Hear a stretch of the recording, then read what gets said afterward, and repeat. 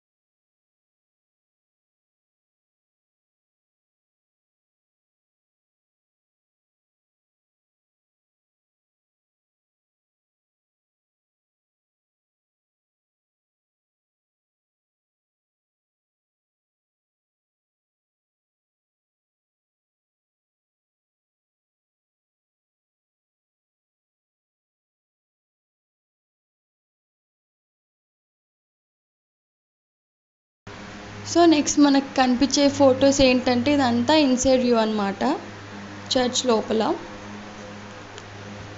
మీకు కనుక ఈ వీడియో నచ్చినట్టయితే ప్లీజ్ లైక్ చేయండి, షేర్ చేయండి అండ్ కమెంట్ చేయండి. సబ్స్క్రైబ్ చేసుకొని వాళ్ళు ఉంటే ముందు వెళ్ళి సబ్స్క్రైబ్ చేసుకోండి. సబ్స్క్రైబ్ టు మేమ్ ఫేమస్ ఛానల్. వీడియోని మాత్రం అస్సలు స్కిప్ చేయకండి, ఫస్ట్ నుంచి లాస్ట్ వరకు కంప్లీట్గా చూస్తేనే మీకు కొంచెమన్నా జర్మనీలో ఏం ప్లేసెస్ ఉన్నవి, ఎక్కడికి వెళ్ళాలి అన్నట్టు కొంచెం అర్థం అవుతుందన్నమాట.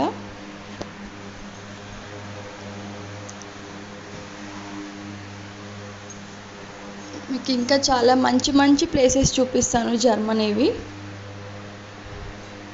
జర్మనీ వీడియోస్ కోసం వెయిట్ చేయండి. Thank you.